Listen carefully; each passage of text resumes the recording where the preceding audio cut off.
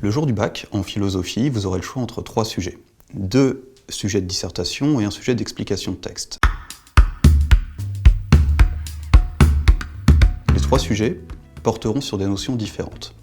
Le piège consisterait à choisir en avance la dissertation ou l'explication de texte. Se dire, je vais prendre l'explication de texte le jour du bac, et souvent c'est une tentation qu'ont les élèves parce qu'on pense que l'explication de texte, par exemple, est plus facile, plus simple que la dissertation, pour la raison suivante, c'est d'abord qu'on a un support, donc c'est rassurant, et en plus de ça, il est écrit sous l'explication de texte, sous le texte qu'on vous donne, que la connaissance de la doctrine de l'auteur n'est pas requise. Et ce qu'on pourrait lire, mais qu'il ne faudrait pas lire, c'est du coup, si on ne connaît pas son cours, on va avoir plus de chances de réussir en prenant l'explication de texte. Or, ce n'est pas du tout le cas. Il faut bien garder en tête que pour réussir l'explication de texte, il faut aussi connaître son cours afin de déterminer le problème auquel se confronte l'auteur et les enjeux du texte, qui sont très importants pour réussir l'explication de texte. Donc les 2 exercices nécessitent une bonne connaissance du cours pour être réussi. Alors ensuite, que choisir? On prend simplement le sujet qui nous inspire le plus, celui qui renvoie la notion qui nous a le plus plu, celle qu'on a le plus travaillé, celui qui spontanément nous donne le plus à penser. Voilà. Alors, ça, c'est pour le choix du sujet. Ensuite, il faut ne surtout pas négliger l'étape du travail au brouillon. L'étape du travail au brouillon, elle est vraiment importante parce que c'est là que tout se joue. Pour la dissertation, c'est au brouillon que je vais procéder à l'analyse des termes et ensuite à la formulation de la problématique puis du plan. Alors évidemment, il ne s'agit pas de passer trop de temps au brouillon non plus. Ce serait l'excès inverse. Au brouillon, alors sur une preuve de 4 heures, c'est une moyenne, passer environ 1 heure pour vous laisser quand même pas mal de temps pour la rédaction. Mais si vous commencez à passer trop de temps au brouillon, c'est assez mauvais signe. Ne rédigez pas trop longtemps au brouillon, ne rédigez pas l'intégralité des parties au brouillon, vous allez perdre beaucoup trop de temps si vous faites ça. Donc une étape à ne pas négliger, mais sur laquelle il ne faut pas non plus trop s'attarder.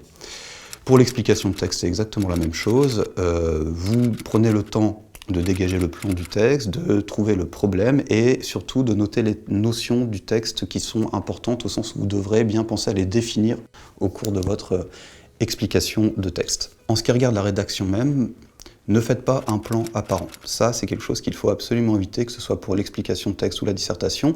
Le plan doit être apparent au sens où les parties doivent être distinctes les unes des autres en sautant des lignes, etc. Mais n'écrivez pas grand 1, telle thèse, grand 2, telle thèse, etc. etc. Ça, c'est pas du tout attendu.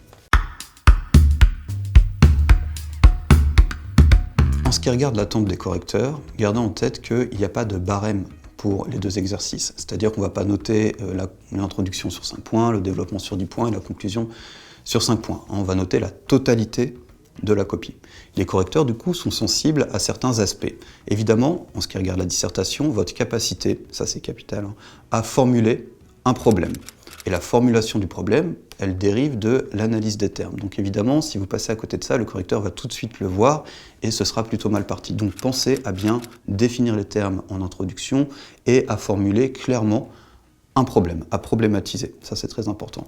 Ensuite, ce qui peut poser problème aussi aux yeux du correcteur, ce sera le manque d'homogénéité de votre copie en ce qui regarde la dissertation. On attend de vous qu'il y ait 3 parties qui soient à peu près homogènes, c'est-à-dire d'égale longueur. Évidemment pas au mot près ou à la ligne près. Ça, c'est très important. Et également, ça c'est très important aussi pour les correcteurs, l'utilisation et la mobilisation de références et d'exemples. C'est-à-dire que ça donnera l'indice que vous avez bien compris la thèse que vous êtes en train de défendre. Et le fait que vous utilisiez des références aussi, que vous avez fourni un travail quand même assez sérieux durant l'année. Donc ça, les correcteurs, ils sont très sensibles.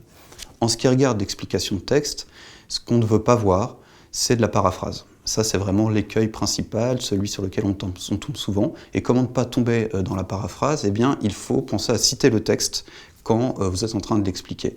Donc, citez pas tout le texte, mais des passages de texte avec les passages qui vous semblent importants, et pensez à définir les mots importants, les notions qui vous paraissent les plus fondamentales dans le texte, et aussi les notions repères. Ça, le correcteur y est très sensible. Les notions repères, si vous passez à côté, ça pourra témoigner peut-être d'une lecture trop superficielle du texte.